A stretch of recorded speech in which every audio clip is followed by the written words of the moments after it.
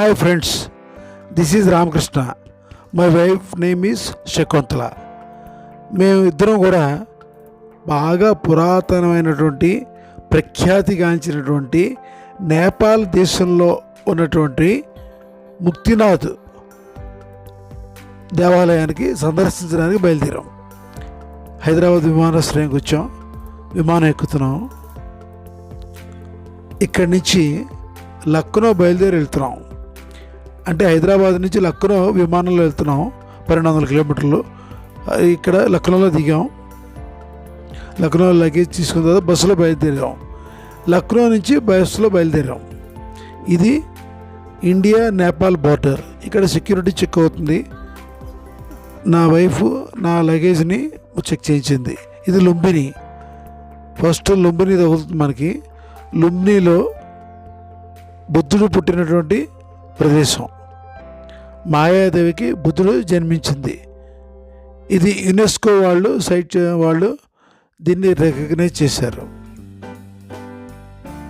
ఇదంతా కూడా ఆ ప్రాంతం చాలా ప్రశాంతంగా ఉంటుంది. బుద్ధుడు అంటే ప్రశాంతత. ఇది బుద్ధుడు యాక్చువల్గా పుట్టినటువంటి ప్రదేశం. ఇటుకలు చూశారు కదా, పూర్వకాలం వాళ్ళ నేపాల్ ప్రభుత్వం దీన్ని సంరక్షిస్తూ ఉంది. ఇది ఇక్కడ పక్కన మాన్స్టర్స్, రకరకాల దేశాల వాళ్ళు, 32 దేశాల వాళ్ళ మాన్స్టర్స్ దీన్ని ఇక్కడ నిర్మించుకున్నారు. ఇక్కడ నుంచి మేము బయలుదేరి పోఖ్రాకి బయలుదేరాం. ఈ రోడ్డు అత్యంత క్లిష్టంగా ఉంటుంది. చూశారు కదా, బస్సులు కూడా నెమ్మదిగా వెళ్తుంటాయి. సో పోఖ్రాకి మేము చేరుకున్నాం. పోఖ్రాలో హోటల్ తీసుకున్నాం. అక్కడ నుండి బయలుదేరి మేము జామ్సప్కి బయలుదేరి వెళ్ళాలి.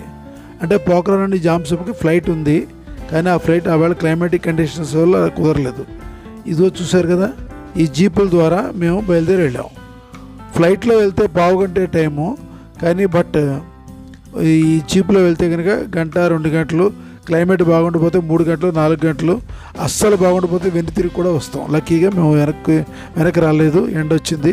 చక్కగా మా యొక్క ప్రయాణం సాగింది ముందుకి.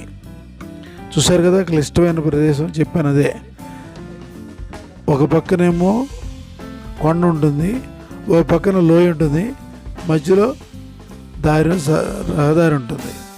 ఈ రహదారిలో ఒక వెహికల్ వెళ్తే ఒక వెహికల్ కూడా రావడానికి కూడా చోటు ఉండదు.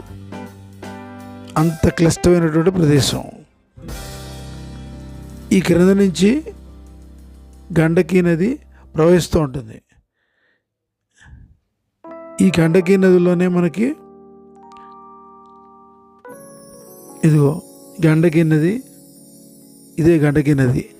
ఈ గండకీ నదిలోనే మనకి శాలిగ్రామాలు, రాళ్ళు దొరుకుతాయి. అంటే మెత్తటి, అంటే మన విగ్రహాలు తయారు చేయడానికి అనుకూలమైన రాళ్ళు దొరుకుతాయి. చూసారుగా, ఇదిగో ఓ పక్కన లోయ, ఓ పక్కన కొండ, మధ్యలో బస్సు. మనం అటు నుంచి ఇంకో బస్సు వచ్చిందంటే మళ్ళీ బ్యాక్ చేసుకుని వెళ్ళాల్సిందే. అంత క్లిష్టమైనటువంటి రహదారి. ఏది ఏమైనప్పటికీ అంతా మన మంచికి అంటారు కదా. అట్లా మాకు ఫ్లైట్ మిస్ అయినప్పటికీ గాలి వెళ్ళిపోదాం ఇవన్నీ తెలియకపోను. కానీ ఈ ప్రకృతి సౌందర్యాన్ని ఎవరు ఆస్వాదిస్తారు? సో మేము ఈ ప్రకృతి సౌందర్యాన్ని అంతా కూడా ఆస్వాదిస్తూ జలపాతాలు, కొండలు, కోనలు, గుట్టలు అన్నీ అధిగమిస్తూ వెళ్ళాం. ఇది పెద్ద వాగు. అదే కానీ వర్షం పడి ఉంటే ఈ వాగులో మనకి రోడ్డు ఎక్కడుందో, మామూలు ఎక్కడుందో తెలీదు. సో లక్కీగా, అదృష్టంగా ఆ రోజు మనకు వర్షం పడలేదు కాబట్టి ఆ వాగులోంచి మేము బయలుదేరొచ్చాం. సార్ ఇసుక కొండలో మేము ముగ్గురు వాళ్ళ ఫ్యామిలీస్తో వెళ్ళాం. ఇది ముక్తినాథ్ టెంపుల్. ఇది మీకు 108 దారులు. ఈ 108 దారుల్లోనూ మునిగి ఆ తర్వాత 2 గుండాల్లో వెళ్ళాలి. ఒకటి పాపగుండం, 2 మోక్షగుండం. చూసారా ఇక్కడ నాకు ఇది ఎలా ఉంటుందంటే 0 డిగ్రీస్ సెంటిగ్రేడ్లో ఉంటుంది. సో అందుకని ఏంటంటే జస్ట్ నేను తల మీద జల్లుకుంటున్నాను. అక్కడికి అలా జల్లుకున్న 103 జ్వరం వచ్చింది నాకు. దాన్ని బట్టి మీరే అర్థం చేసుకోవచ్చు. మన డీప్ ఫ్రిడ్జ్లో ఉన్న బాటిల్లో మనం నెత్తి మీద పోసుకుంటే ఎంత చల్లగా ఉంటే అలా ఉంటుంది. ఇది పాపగుండం. ఈ పాపకొండలోంచి మన పాపకొండలో దూకి 3 సార్లు మునకలేసి నెక్స్ట్ మోక్షకొండలో 3 సార్లు మునకలేయాలి. కానీ మునక వేయడానికి 0 డిగ్రీస్లో ఉంది కాబట్టి నేను వేయలేకపోయాను, నాకు 68 ఏళ్ళు వయసు కాబట్టి. ఆ తర్వాత మోక్షకొండల్లోకి వచ్చాను, నీళ్లు నెత్తి మీద చల్లుకున్నాను. ఏదో 2 నలుగురు తప్ప మాతో వచ్చినటువంటి 20 మంది కూడా, మిగతా 15-17 మంది కూడా మామూలుగా నెత్తి మీద నీళ్ళు చల్లుకుని వచ్చేసారు. ఇంకా కనీసం మనం చిన్న ఎఫర్ట్ చేసాం. నా మిస్సెస్ అయితే పూర్తిగా తడుచుకుంటూ చక్కగా చేసింది 108 కూడాను. అసలు తాను చల్లటి నీళ్ళలో స్నానమే చేయదు, మామూలు నీళ్ళల్లో స్నానం చేయదు, కొంచెమైనా వేడి నీళ్ళల్లో చేస్తుంది. ఈవెన్ వేసవికాలం కూడా గోరువెచ్చటి నీళ్ళతో స్నానం చేస్తుంది. అలాంటిది తన సంకల్ప బలంతో ఆ 108 దారాల నుంచి కూడా చక్కగా స్నానం చేసింది. అదే 0 డిగ్రీ సెంటీగ్రేడ్ ఉన్నటువంటి కుండాల్లో కూడా దిగింది. తను దిగడమే కాకుండా ఇంకొకరికి కూడా సహాయం చేసింది. మాతో వచ్చిన ఒక ఆమెకి కూడా సహాయం చేసింది. ఆవిడ ఒకసారి కూడా మునగలేకపోయింది. నా మిస్సెస్ అయితే 3 సార్లు మునిగింది. తను మునగడమే కాకుండా పక్క వారికి కూడా సహాయం చేస్తుంది. అది సంకల్ప బలం అంటేను.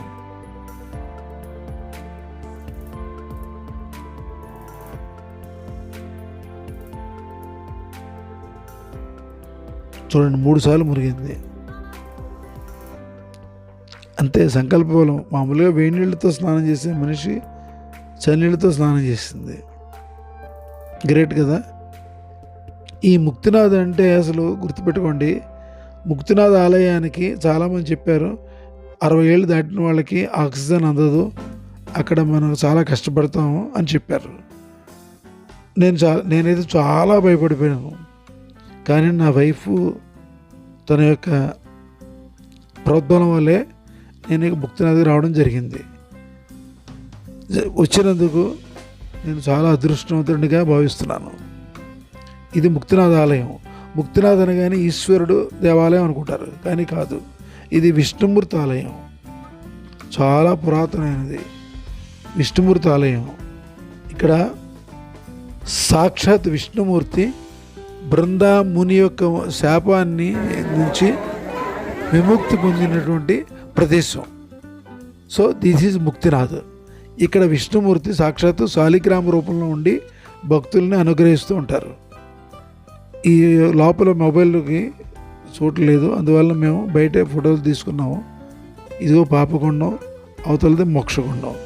ఇక్కడ ఇద్దరం కూడా ఫోటోలు తీసుకున్నాం. మళ్ళీ తిరిగి బయలుదేరి నడక మార్గం ద్వారా ఇంటికి కిందకి చేరుతున్నాం. వెళ్ళేటప్పుడు మాత్రం గుర్రాలు, తర్వాత ఏమో డోలీ మీద వెళ్ళాము. బట్ వచ్చేటప్పుడు మాత్రం ఈ కిందకి ఇద్దరం కూడా నడక మార్గం ద్వారా వచ్చేసాం. జై ముక్తినాథ్.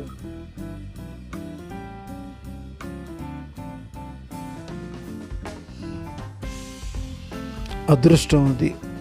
మీరు కూడా అదృష్టంగా ఒకసారి వెళ్ళి రండి ముక్తినాథ్కి.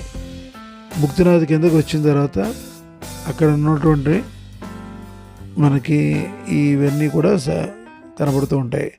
అక్కడ అన్నీ కూడా పూసలు, శాలిగ్రామం రాళ్ళు, శంఖాలు ఇవే ఉంటాయి. తర్వాత షాల్స్ మాత్రం ఉంటాయి. అవి వాళ్ళు సపరేట్గా మగ్గం మీద నేస్తారు. సో షాల్స్ మీరు తీసుకోవచ్చు, చాలా బాగుంటాయి, చాలా క్వాలిటేటివ్గా ఉంటాయి. ఇగో షాల్స్ ఇవి మాత్రం చాలా క్వాలిటేటివ్గా. ఇదిగో మగ్గం, ఈ మగ్గం మీద నేస్తుండగా నేను చూశాను. ఇది మళ్ళీ మేము ట్రెక్ ఇన్ ఇక్కడ హోటల్కి వచ్చేసాం. చూసారుగా, ఇది జాంసం. అంటే ఇక్కడ నుంచి మేము ముక్తినాథ్కి వెళ్ళి మళ్ళీ కిందకి జాంసం వచ్చేసాం అన్నమాట. జాంసం చూసారు కదా, హిమాలయ పర్వతాలు, మంచు పర్వతాలు కనబడుతున్నాయిగా. మంచు పర్వతాల మధ్యలో ఉంది ఈ జాంసం. ఆ జాంసం హోటల్లో ఉన్నాం. ఈ జాంసం హోటల్ నుండి మళ్ళీ మేము తిరిగి పోఖ్రాకి వచ్చేస్తాం. ఈ పోఖ్రా దగ్గర ఉన్నటువంటి సైట్ సీయింగ్ ప్లేస్లో ఇది ఒకటి.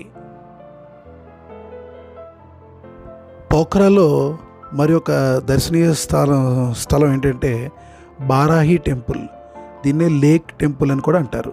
ఇది పీవా లేక్ మధ్యస్థంగా ఈ ఆలయం కొలువుతీరింది. ఇక్కడ బారాహి అమ్మవారు ఉంటారు అన్నమాట అండి.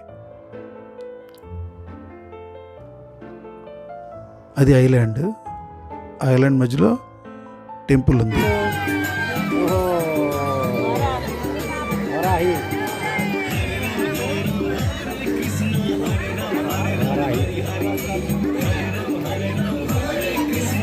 వచ్చారు ధన్యవాద్.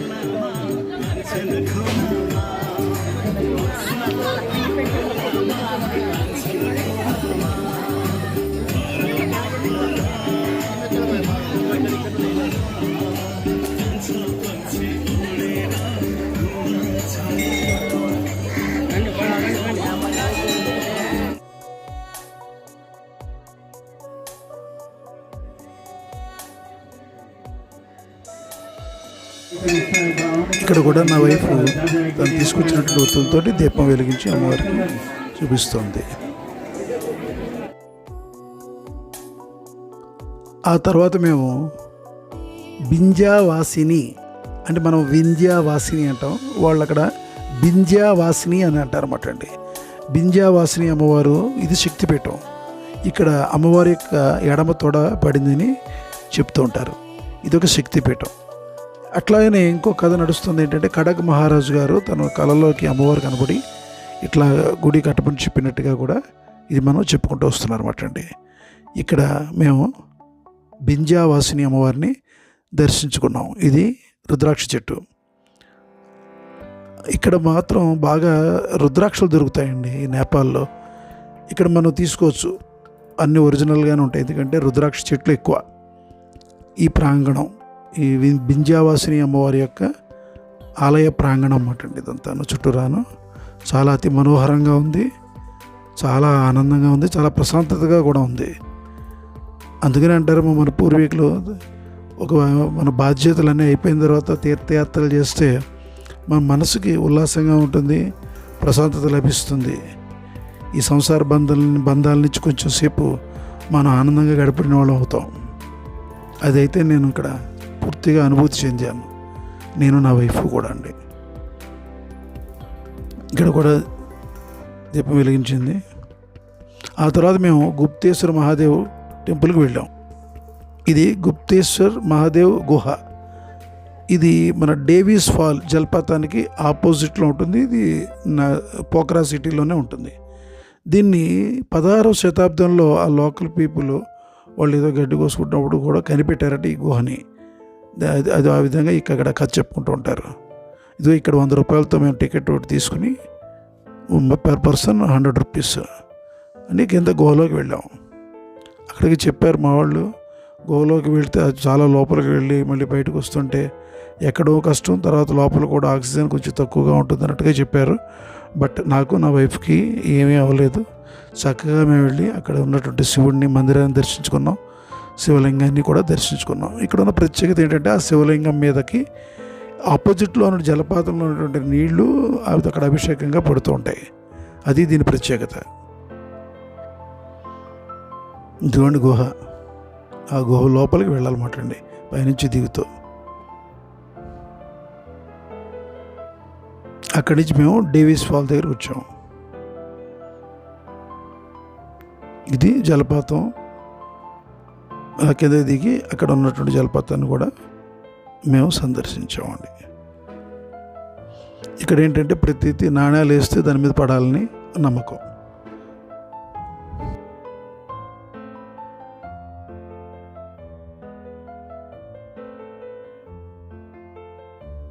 మనోకామనాదేవి ఈవిడ దేవాలయం మనకి గోర్ఖా జిల్లా నేపాల్లో ఉన్నారు. ఏంటంటే మనో అంటే సోల్, ఆత్మ, కామన అంటే విష్, కోరిక. మన యొక్క కోరికలను తీర్చేటువంటి అమ్మవారు మనోకామనాదేవి. ఇక్కడికి వెళ్ళడానికి మనం ఇటువంటి మన రోప్ కార్ మనం వాడాలి. ఈ రోప్ కార్ ద్వారా మనం పైన కొండ మీదకి వెళ్ళాల్సి వస్తుంది. మధ్యలో గండకీ నది ఉంటుంది. ఈ గండకీ నది దాటి అవతల ప్రక్కన ఉన్నటువంటి కొండ మీద ఉన్నటువంటి కొలువైనటువంటి మనోకామనాదేవి అమ్మవారిని దర్శించుకోవాల్సి ఉంటుంది. చూశారు కదా కేబుల్ కార్స్ చాలా ఎత్తులో ఉన్నాయి, చాలా పెద్ద కొండ మీదకి వెళుతున్నాయి. చాలా భయం వేసింది. కానీ భక్తి, భయం ఈ రెండు ఎప్పుడైనా సరే పెద్దవాళ్ళు కానీ దేవుడి దగ్గర కానీ మనకు ఉండాలి. అదే మన సంకల్ప బలాన్ని చక్కగా క్షేమంగా తీసుకెళ్ళి లాభంగా తీసుకొస్తుంది. ఆ విధంగానే భయంతో భక్తితో అమ్మవారిని దర్శించుకోవడానికి బయలుదేరి వెళ్ళాం.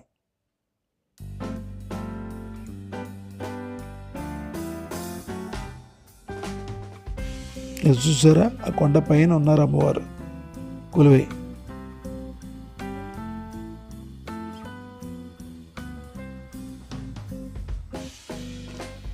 ఆ ముందర అమ్మవారు దేవాలయం ముందర ఉన్నటువంటి బజారు. ఇక్కడ అన్ని వాళ్ళు అమ్మకాలు జరుపుతున్నారు. అవన్నీ చూసుకుంటూ మేము బయలుదేరి అమ్మవారిని దర్శించుకోవడానికి వెళ్ళాం.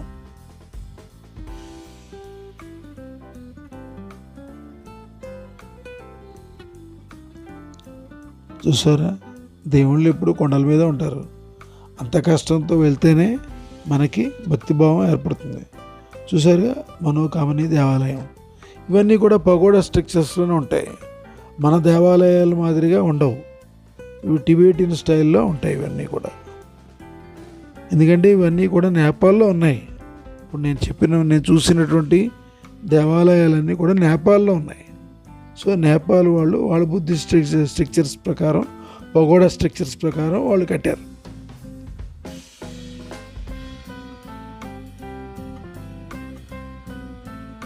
చూడండి, అక్కడ ఇంత కష్టపడి వెళ్ళిన తర్వాత ఆ ప్రదేశం చూడగానే నిజంగా మాకు ఎంతో ఆనందం కలిగింది. అది వర్ణ్యప్రాంతి, మాటల్లో చెప్పలేము. అది మీరు కూడా వెళితే మీకు ఆ స్వయం అనుభవం అయితే అప్పుడు మీకు కూడా తెలుస్తుంది. అక్కడ కూడా నా వైఫ్ తను అస్తమాను కూడా ఒత్తులన్నీ పట్టుకెళ్తుంది తన బ్యాగ్లో. ఇంట్లోనే కూర్చొని చేసుకుంటుంది. ఆ ఒత్తులన్నీ కూడా ఆ దేవాలయాల దగ్గర దీపం కింద వెలిగిస్తూ ఉంటుంది అనమాట. చూసారా, షాపింగ్ వచ్చేసింది. నెక్స్ట్ షాపింగ్ అనగానే మనకు భయం. బ్యాంగిల్స్ కొంటుంది. లేడీస్ షాపింగ్ చేస్తారండి, మగాళ్ళు చేయకపోయినప్పుడు. తిరిగి మా ప్రయాణం మళ్ళీ కేబుల్ కార్లో వచ్చాం. వీళ్ళు వైజాగ్ నుంచి వచ్చినటువంటి వైఫ్ అండ్ హస్బెండ్, వీళ్ళు మాకు ఫ్రెండ్స్ కింద ఏర్పడ్డారు. సో మరి అక్కడి నుంచి బయలుదేరి మేము కాఠ్మండు వచ్చాం. చూసారుగా దారిలో ఎలా ఉన్నాయో, అన్ని కొండలు, గుట్టలు, లోయలు. వాటి గుండా మా ప్రయాణం సాగింది. లక్నో వరకు అంటే ఫ్లైట్ కానీ, మళ్ళీ లక్నో నుంచి హైదరాబాద్ ఫ్లైట్ కానీ, ఇవన్నీ కూడా బస్సు ప్రయాణాలే, జీప్ ప్రయాణాలు. కాఠ్మండు వచ్చాం. కాఠ్మండు అంటే నేపాల్ రాజధాని. ఇక్కడ పశుపతినాథ్ టెంపుల్ ఉంది. ఈ పశుపతినాథ్ యొక్క టెంపుల్ యొక్క ప్రాముఖ్యత ఏంటంటే, ఇది ఒక జ్యోతిర్లింగం, కానీ సగం జ్యోతిర్లింగమే. కేదార్నాథ్లో ఉన్న జ్యోతిర్లింగం సగం, ఇక్కడ ఉన్న జ్యోతిర్లింగం సగం. ఈ రెండు చూస్తే తప్ప పూర్తి జ్యోతిర్లింగం అవుతుంది. అందుకనే నా వైపు వస్తమాను కేదార్నాథ్ చూసేసాం మనం, మళ్ళీ కాఠ్మండు చూడాలి అని పట్టుబట్టింది. దాని ఫలితమే మాకు కాఠ్మండు దర్శనం. ఇప్పుడు ఆ పురోహితుడు వచ్చారు. కాఠ్మండులో ఆ యొక్క పశుపతినాథ్ టెంపుల్ యొక్క విశిష్టతను మాకు తెలుపుతున్నారు. అక్కడ చేయవలసిన అభిషేకాలు, హోమాలు, వాటి గురించి తెలిపారు. ఎవరు ఇష్టం వచ్చినట్టుగా వాళ్ళకి అనుకూలంగా వాళ్ళు చేసుకున్నారు. ఇది పశుపతినాథ్ టెంపుల్. ఎన్నాళ్ళ నుంచో 2017లో మేము కేదార్నాథ్ వెళ్ళాం. సగం జ్యోతిర్లింగం చూసాం. తర్వాత 7 సంవత్సరాల తర్వాత ఈ జ్యోతిర్లింగం యొక్క దర్శనం కోసం వెళ్తున్నాం. ఇప్పుడు పూర్తి జ్యోతిర్లింగ దర్శనం జరిగింది 7 సంవత్సరాల తర్వాత. శివాజ్ఞ లేనిదే చెమైనా కుట్టదని శివుడు ఆజ్ఞ లేదు. ఇప్పుడు అయింది, మేము వెళ్ళాం.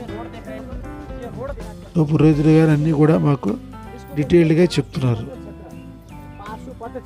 ఇదంతా పశుపతినాథ ఆలయం యొక్క ప్రాంగణం. ఇక్కడ 2015లో వచ్చినటువంటి భూకంపం వల్ల ఇంచుమించు 2 డజన్లు అంటే 24 టెంపుల్స్ దీంట్లో అన్నీ కూడా డ్యామేజ్ అయిపోయాయి. ఇది పశుపతినాథ్ టెంపుల్. పశుపతినాథ్ అంటే పశుపతినాథ్ అంటే మాస్టర్ ఆఫ్ యానిమల్స్. అంటే ఇక్కడ ఏంటంటే జ్యోతిర్లింగం చెప్పాను కదా మీకు, కేదార్నాథ్లో ఆ ఎద్దు యొక్క వెనక భాగం ఉంటుంది, ఇక్కడ ముందు భాగం ఉంటుంది. ఈ రెండు కలిపితేనే ఒక జ్యోతిర్లింగం అన్నమాట. అంటే ఇక్కడ మాత్రం ఈశ్వరుడు మనకి 5 ముఖాలతోటి మనకి దర్శనం చేస్తారు. 1 సద్యోజత, 2 వామదేవ, 3 తత్పురుష, 4 అఘోర, 5 ఈశాని. ఈ 5 ముఖాలతో మనకి ఇక్కడ దర్శనం ఇస్తారు. సో సాక్షాత్తు ఈశ్వరుణ్ణి, పశుపతినాథుడిని మేము ఇక్కడ దర్శించుకున్నాం. పాండవులు కూడా ఈ శివుణ్ణి దర్శించుకుని తమ పాపాలని, తమ యుద్ధంలో చేసిన పాపాలను పోగొట్టుకున్నారని ప్రతీతి. ఇది 13వ జ్యోతిర్లింగం, వరల్డ్ హెరిటేజ్ సైట్ కూడాను. ఇది భాగమతి నది ఒడ్డున ఉంది. భాగమతి నది ఒడ్డున ఉన్నటువంటి మరొక అమ్మవారు గుహేశ్వరి. గుహ్యేశ్వరి, గుహ ప్లస్ ఈశ్వరి, గుహ్యేశ్వరి. గుహ అంటే కేవు, గుహ సీక్రెట్ దాగి ఉన్నది. ఈశ్వరి అంటే దేవత. గుహ్యేశ్వరి ఉన్నటువంటి ఇక్కడ ఒక ఆదిశక్తి శక్తిపీఠం ఇది. దీన్నే స్వయం భూనాథ్ గుహేశ్వరి మాతా మందిర్ అని పిలుస్తారు అన్నమాట. ఇక్కడ కాలభైరవుడు కూడా టెంపుల్ ఉంది. ఆ తర్వాత మేము విష్ణుమూర్తి ఆలయం అంటే జలనారాయణ దగ్గరికి వెళ్ళాం. ఈయన్నే బుధ నీలకంఠ టెంపుల్ అని కూడా అంటారు. ఇది ఓపెన్ ఎయిర్ టెంపుల్. అంటే ఏంటంటే విష్ణుమూర్తి మామూలుగా మనకి అనంతనాగినటువంటి సర్పం మీద సముద్రంలో శయనిస్తాడని చెప్పి మనకు ఉంటుంది కదా, దానికి సింబాలిక్గానే ఇక్కడ కూడా విష్ణుమూర్తి ఇక చూశారు కదా, విష్ణుమూర్తి దర్శనం చేస్తారు. ఇక్కడ కూడా మనం నా వైఫ్ దీపం వెలిగించారు. ఆ తర్వాత మేము బుద్ధా పార్క్కి వెళ్ళాము. బుద్ధా పార్క్ అని అక్కడే ఉంది కాఠ్మండూలో. చెప్పానుగా ఇదంతా కూడా మన హిందూసు, బుద్ధిస్ట్స్ ఉన్నటువంటి దేవాలయాలు. ఇది 67 అడుగుల ఎత్తులో ఉంది. ఇది 2003లో నిర్మించబడింది. ఇది యునెస్కో ద్వారా రికగ్నైజ్ చేయబడింది కూడా. వాళ్ళు బుద్ధిస్టులు వాళ్ళందరూ కూడా ఇక్కడ మెడిటేషన్ చేస్తూ ఉంటారు. చాలా ప్రశాంతంగా ఉంటుంది. మనం కూడా అక్కడ దర్శనం చేసుకున్నాం.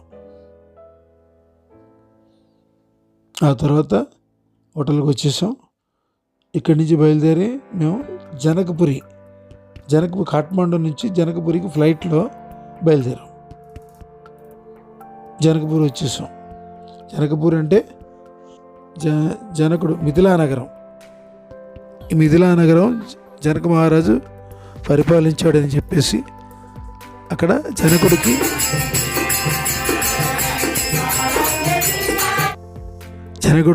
సీతామాత దొరికిందని మనకి పురాణాల్లో చెప్తుంటారు. సీతాదేవి పుట్టినిల్లు అన్నమాట. ఇది మనకి కొంచెం ఇక్కడ నేపాల్లో, కొంచెం బీహార్లో కూడా ఉంది. అందుకే మిథిలా లాంగ్వేజ్ అనేది ఇది 2 చోట్ల వాడుతూ ఉంటారు. ఇది 3 స్టోరీడ్ బిల్డింగ్. సీతామాత పుట్టినిల్లు అని అనుకోవచ్చు మనం. సీతామాత పుట్టినిల్లు మేము సందర్శించుకున్నాం.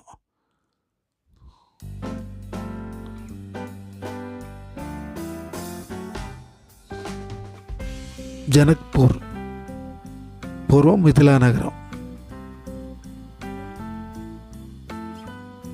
సీతమ్మవారు కొలిచినటువంటి దేవత. ఇక్కడ నిజంగానండి 8 మందిరాలు మేము వెళ్ళాము. 8 చోట్ల భజనలు చక్కగా జరుగుతున్నాయి. ఎంత ఆనందం వచ్చిందంటే మాకు అసలు ప్రతి దేవాలయంలో వెళ్ళగానే విన్నారుగా భజనలు, కొన్ని మీకు వీడియో తీసి చూపించాను. అంత చక్కగా ఇంకా ఆనందంగా ఉన్నాయి. మేము అక్కడ చాలాసేపు కూర్చుని ఆనందాన్ని అనుభవించాం. కొన్ని మీకు 2 వీడియోలు కూడా చూపించాను. చాలా బాగుంది. ఇలాగే 8 మందిరాలు మేము దర్శించాం జనక్పూర్లో. అంటే జనక్పూర్ సీతామాదేవి పుట్టినది, రాముడు వచ్చి అక్కడ విల్లు విరిచి ఆవిడ పరిణయం చేసుకున్నది, పట్టాభిషేకం అక్కడ వివాహం చేసుకున్నది, అవన్నీ కూడా అక్కడ. ఆ తర్వాత మేము నేపాల్ వదిలేసాం. ఇదో నా వైఫ్ సెక్యూరిటీ ఆఫీసర్కి టాటా చెప్పిస్తుంది. నేపాల్ వదిలేసి మేము ఇండియాలోకి ప్రవేశిస్తున్నామండి.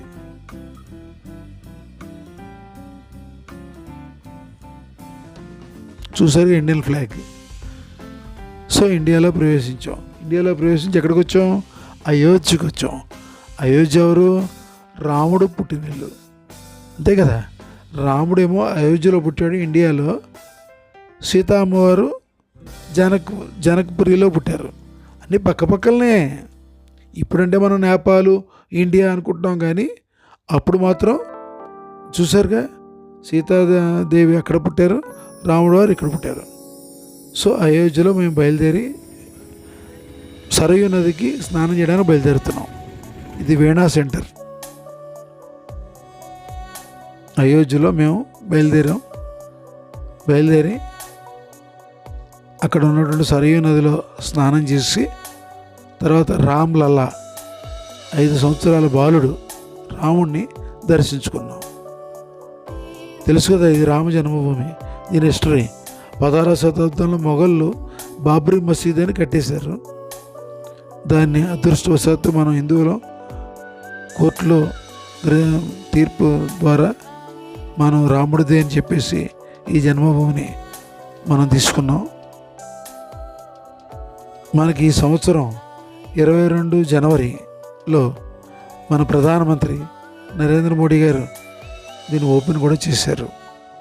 ఆ రోజు నుంచి కూడా మేము ఎప్పుడు వెళ్దామా అనేటువంటి ఉన్నాము. మా అదృష్టవశాత్తు ఈ మే నెలలో దర్శించుకున్నాం. ఇది రామాలయం. ఈ లోపలికి చాలా దూరం వెళ్తే కానీ మనకి రామలల్లా దర్శనం అయ్యారు. కాకపోతే ఏంటంటే నార్త్ వాళ్ళు మొబైల్స్ చక్కగా పట్టుకెళ్ళి రామలల్లా విగ్రహాన్ని కూడా తీసుకుంటారు. మనకేంటో అసలు మొబైల్స్ కదా, మా దగ్గర ఉన్నటువంటి వాటర్ బాటిల్ కూడా సీజ్ చేశారు వీళ్ళు. ఇంక మొబైల్ అంటే సీజ్ చేయరా? మేము అసలు పట్టుకెళ్ళలేదు. కాకపోతే వాళ్ళు ఏంటంటే ఆశ్చర్యకరంగాను మొబైల్స్ పట్టుకెళ్ళిపోయారు. లోపల శుభ్రంగా మొబైల్స్ తీసుకుంటున్నారు. ఆ రహస్యం ఏంటో మాకైతే అర్థం అవ్వలేదు. లేకపోతే నేను కూడా లోపల తీసేవాడిని. ఆ తర్వాత మేము బయలుదేరి హనుమాన్ గర్హి అంటే హనుమంతుడు యొక్క ఆలయానికి వచ్చాం. చూసారుగా, నేపాల్ అవతలేమో సీతాదేవి, నేపాల్ దాటిన తర్వాత అయోధ్య రాముల వారు పుట్టింది, ఆ పక్కనే హనుమంతుడు. అందరూ కూడా దగ్గర ఉన్నారు సార్. రాముడు వారు, సీతాదేవి, హనుమంతుడు. ఇంతటి పుణ్యక్షేత్రాలని మేము దర్శించుకుని హాయిగా మళ్ళీ తిరిగి మా హోటల్కి వచ్చేసాం. అక్కడి నుంచి మేము కాశీ వచ్చాం. కాశీ నుండి ఏమో నైమిసారణ్యం వెళ్ళాం. నైమిసారణ్యం నుంచి లక్నో వచ్చాం. లక్నో నుండి మళ్ళీ హైదరాబాద్ మా ఫ్లాట్కి వచ్చేసాం. ఇది అయోధ్య అండి. ఇది మా ప్రయాణం. కాశీ అయితే నేను వీడియో చేయలేదు, ఎందుకంటే ఇది చాలాసార్లు చేశాను కాబట్టి. నైమిసారణ్యం సపరేట్గా చేశాను. ఓకేనా? ఓకే అండి, శుభం.